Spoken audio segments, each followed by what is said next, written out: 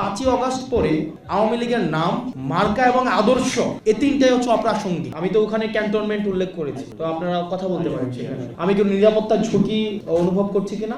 আওয়ামী লীগের আগে বিচার নিশ্চিত করতে হবে, তাকে দল হিসাবে বিচার নিশ্চিত করতে হবে, অপরাধ স্বীকার করতে হবে, তারপর অন্য কোনো আলোচনা হইলে হইতে পারে। এর আগে কোনো ধরনের আলোচনা হইতে পারবে না, ইম্পসিবল। আমাদের সাথে যে আলোচনাটি হয়েছে সেনাবাহিনীর ঊর্ধ্বতন কর্তৃপক্ষ কর্তৃক, সেটি হচ্ছে আমরা মনে করছি রাজনৈতিক বিষয়ে হচ্ছে হস্তক্ষেপ করা।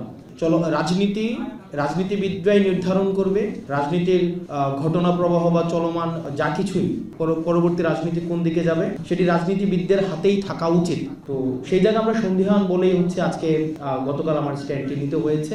আর যেটি বলেছেন যে 5ই অগাস্টের পরে আমাদের ফর্মাল ইনফর্মাল আমাদের সাথে সেনাবাহিনীর বিভিন্ন জায়গায় বিভিন্ন প্রোগ্রামে আমাদের দেখা সাক্ষাৎ হয়েছে। আর 11 তারিখের যে মিটিংটি সেটির প্রেক্ষাপট ভিন্ন ছিল। সেখানে অপর প্রান্তে ঊর্ধ্বতন কর্তৃপক্ষ উপস্থিত ছিলেন এবং সেখানে আমার স্ট্যাটাসেই আমি ডিসক্লোজ করেছি যে ঘটনার প্রবাহ। আমি আমার স্ট্যাটাসেই হচ্ছে আমি ডিসক্লোজ করেছি যে ওখানে সবকিছুই হচ্ছে উপস্থাপন করা হয়েছে। সেখানে বিষয়টি হচ্ছে যে আমরা এই বিষয়ে আলোচনা বিভিন্ন ল অ্যান্ড অর্ডার, আপনারা জানেন যে বর্তমানে ম্যাজিস্ট্রেসি পাওয়ার দেওয়া হয়েছে সেনাবাহিনীকে। ল অ্যান্ড অর্ডার সিচুয়েশন নিয়ে আমাদের মধ্যে অনেক প্রশ্ন রয়েছে। তো এইসব বিষয়গুলো নিয়ে কথা বলার জন্য হচ্ছে আমাদেরকে আহ্বান জানানো হয়েছিল। এবং হচ্ছে কিছুদিন আগে আপনারা সেনাপ্রধানের একটা বক্তব্য দেখেছেন, যেই বক্তব্যকে আমি ব্যক্তিগতভাবে বা আমরা অনেকেই দেশের মধ্যে এটা নিয়ে কথা হয়েছে যে এটাকে রাজনৈতিক পরিমণ্ডলে অসমীচীন হিসাবেই ধরা হয়েছে। যে অন্তর্বর্তীকালীন সরকার প্রধানকে যেভাবে অ্যাড্রেস করা হয়েছে, যেভাবে অন্তর্বর্তী যে ইনক্লুসিভ যেই নির্বাচনের দিকে নির্বাচনের ইঙ্গিত করা হয়েছে আওয়ামী লীগ সহ, তো সার্বিক বিষয়ে যখন আলোচনার কথা বলা হয়েছে তখন গিয়েছিলাম, তো ওই বিষয়গুলো আলোচনা করা হয়েছে। আমার স্ট্যাটাসে সব বিষয় হচ্ছে একদম মানে স্ট্রেইট ফরওয়ার্ড, সেখানে হচ্ছে স্পষ্ট করা হয়েছে। আর এখানে যেটা বলছেন যে আমি কি নিরাপত্তার ঝুঁকি অনুভব করছি কিনা, দেখেন 5ই অগাস্টের পূর্বে আমরা জনগণকে, ছাত্র নাগরিককে সাথে নিয়ে হচ্ছে আমরা আন্দোলন করেছি। ফেসিবাদ বিরোধী একটা তখন একটা শক্তি ছিল, এজেন্সি ছিল, রাষ্ট্রপক্ষ আমাদের বিরুদ্ধে ছিল।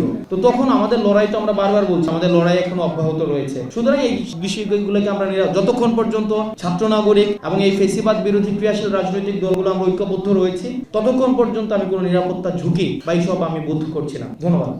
আপনি যে পোস্টে লিখেছেন সেই পোস্টের সত্যতা যাচাই করার জন্য সেক্ষেত্রে আপনার ঠিক কার সাথে কথা হয়েছে সেটা কি আমাদেরকে জানানো যাবে?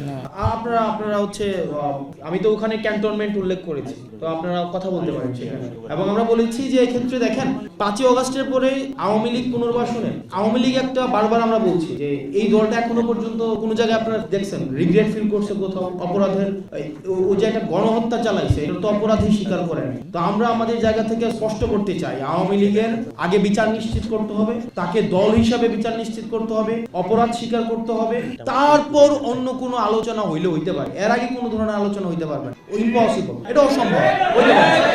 আমরা বলেছি যে 5ই অগাস্টের পরে আওয়ামী লীগের নাম, পুনরাবৃত্তি করছি, 5ই অগাস্ট পরে আওয়ামী লীগের নাম, মার্কা এবং আদর্শ এই তিনটাই হচ্ছে অপ্রাসঙ্গিক।